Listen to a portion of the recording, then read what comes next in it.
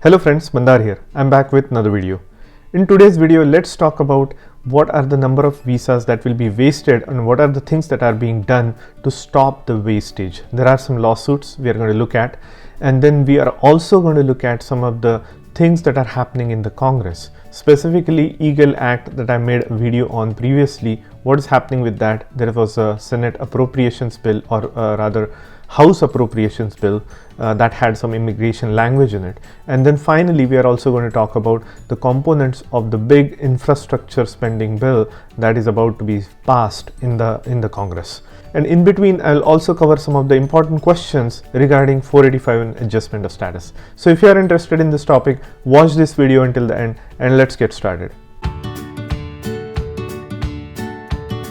If you are here for the first time, welcome. My name is Mandar and I make immigration related videos for US and Canada. I'm not an immigration lawyer, so anything that I say on this video or on my channel is for information purpose only.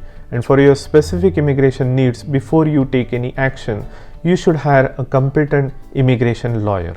Now we know that there is going to be a lot of green card wastage, especially in the EB category for this particular year. So there were about 120,000 extra green cards that were available for this fiscal year in 2021, which started in October last year and will end in September this year. So there were about 260,000 visas that were available. And back in June, couple of months back, this is what I predicted will be the number of wastage of visa numbers in the EB category. Take a look. So you might want to watch this video until the end, because I'm going to make my prediction about how many visas will be processed and how many might be left over in the sense that will go waste. So 50,000 from April 1st to end of June, and 50,000 from 1st of July to end of September. So in total 100,000 applications more will be processed.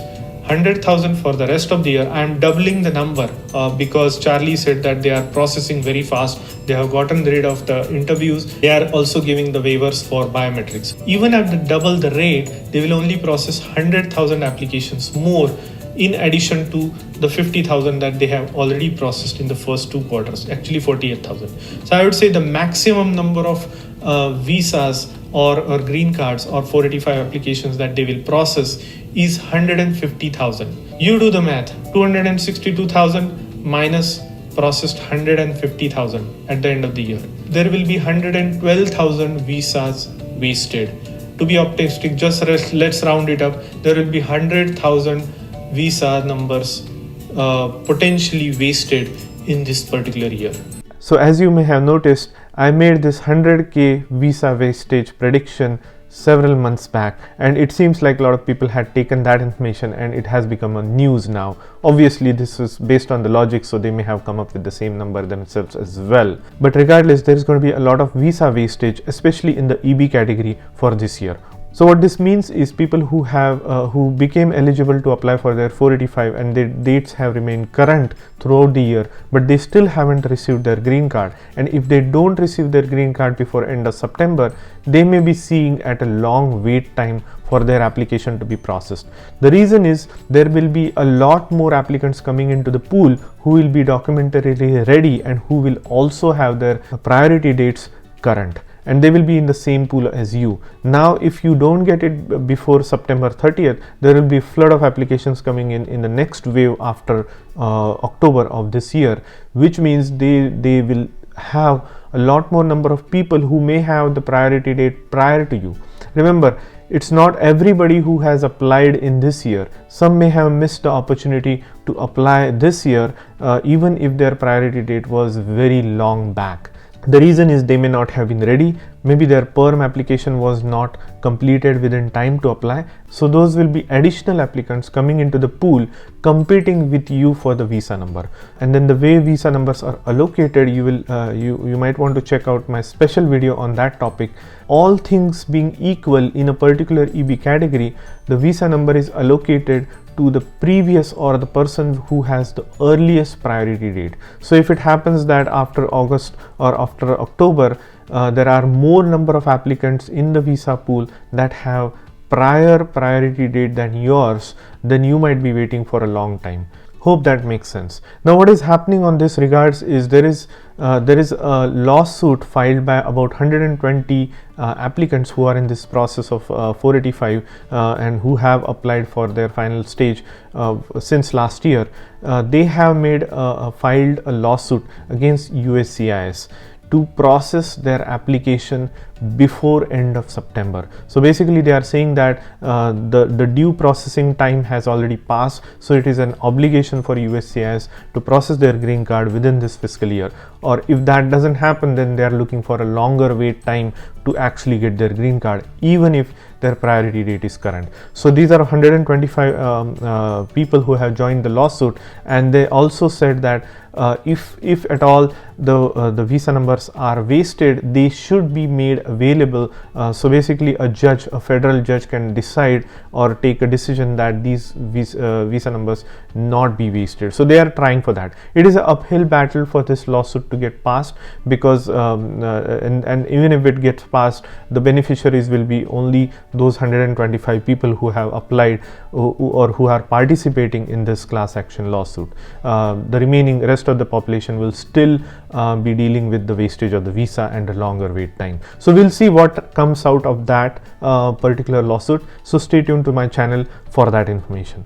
Now next we'll talk about the EAGLE Act. This was an act that came a few months back, and I made a special video on this act. It was an extension of the previous few bills that were introduced in the Congress for elimination of per country cap and things like that.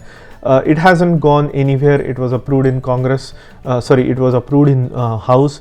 Now, as you can see here, this is the HR 3524 EAGLE Act that was introduced back in June, and it is still in the introduced state. So this is the tracker, as you can see on the congress.gov.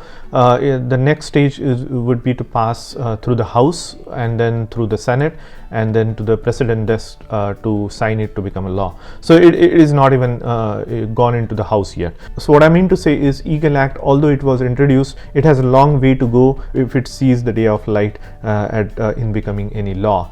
So don't keep your hopes high on this particular bill. That's what I would say. Its chances of passing are very low, because Congress is very busy with other higher priority tickets, and this might not be their priority as of now. So there were a lot of people who asked me about the EAGLE Act, so I thought I will just give you an update on that. Now the next thing I wanted to cover is the House Appropriations Bill. So the House Appropriations Bill, as you know, we saw and I made a special video on that as well. There was one particular thing, as you can see, which allows the unused fiscal year 2020 and 2021 visa numbers from various different categories: diversity, employment based, family based, to remain available in 2022. Now my interpretation of that was that any spilled over visas would still be available for EB category, but they would just not go waste. But many other lawyers have made a comment that that's not the case. These numbers are proposed to go back to the EB or FB category. So we'll see. I think there is an uphill battle for this, because the spilled over numbers were already allocated. As we heard from Charlie last time, he has already started allocating those numbers right from the beginning of the fiscal year, which was October last year. Pulling them back and making them available for FB is not, it doesn't make sense to me. So that's what my prediction is.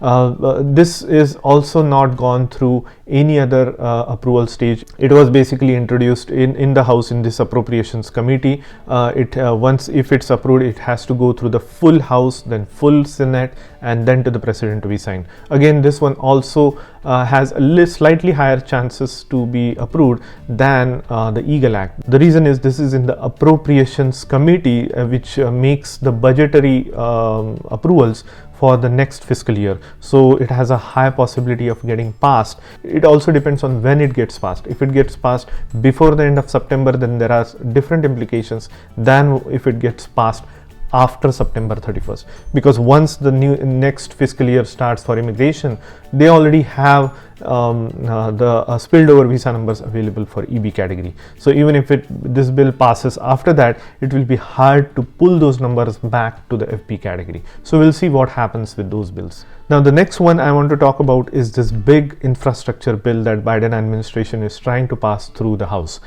This is a $1 trillion plus bill, which is mainly for the infrastructure, but there is a language in there for immigration purpose as well.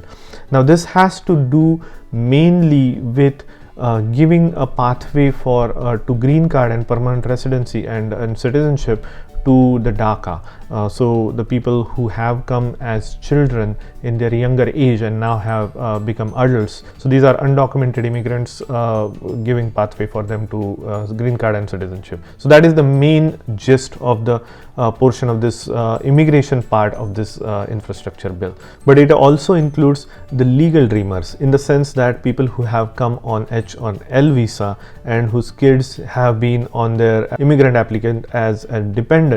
Now if they cross 21 years of age, they no longer are eligible to remain on their parents' immigration file. So they have to find their own visa, or if they cannot find any visa, they have to self-deport. So this is a big deal for people who are legal immigrants and the children of the legal immigrants, basically.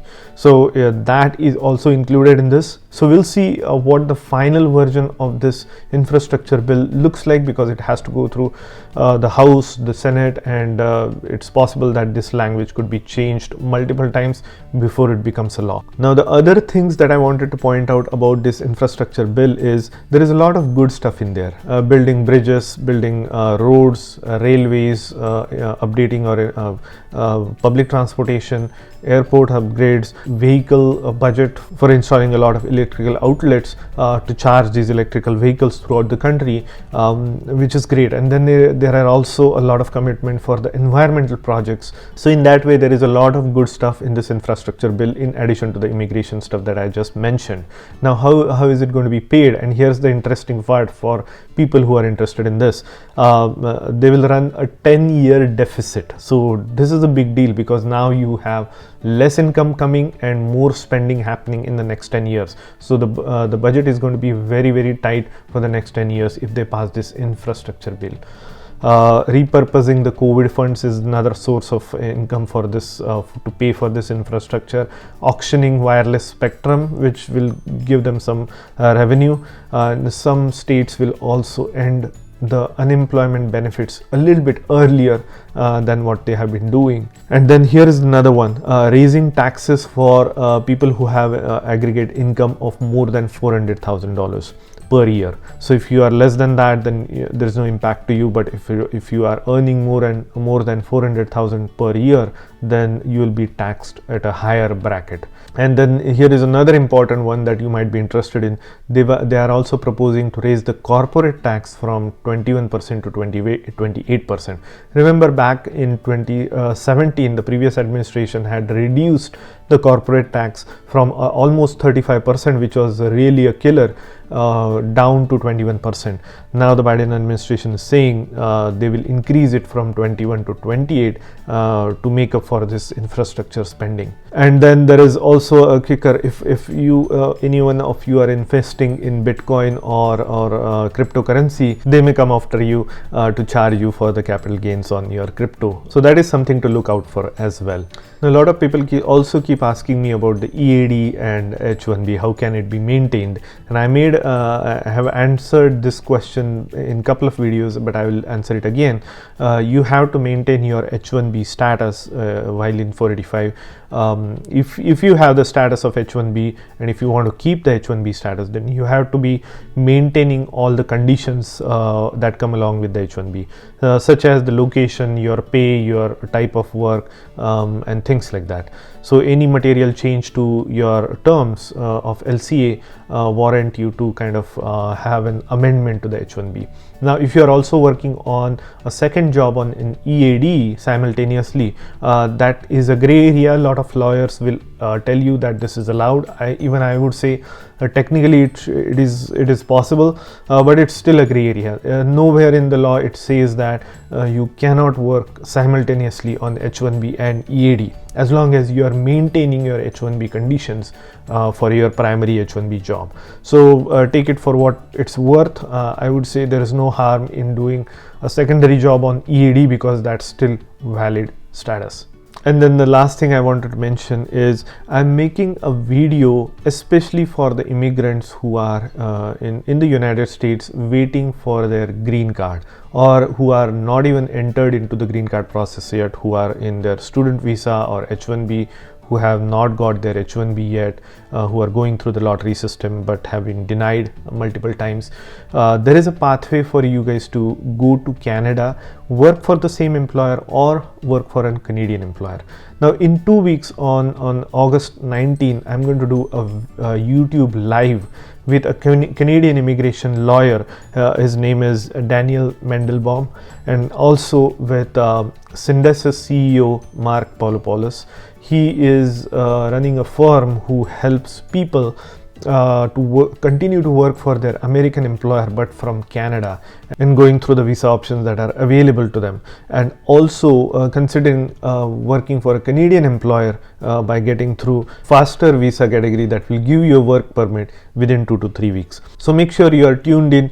2 weeks from now we'll have a YouTube live on that. I'll put a note and a reminder in the community section, and please subscribe to my channel so that you get the notification on this YouTube live that is coming in 2 weeks. So I hope you like the content of this video. If you did, please hit the like button and consider subscribing to my channel, and I'll see you in the next one.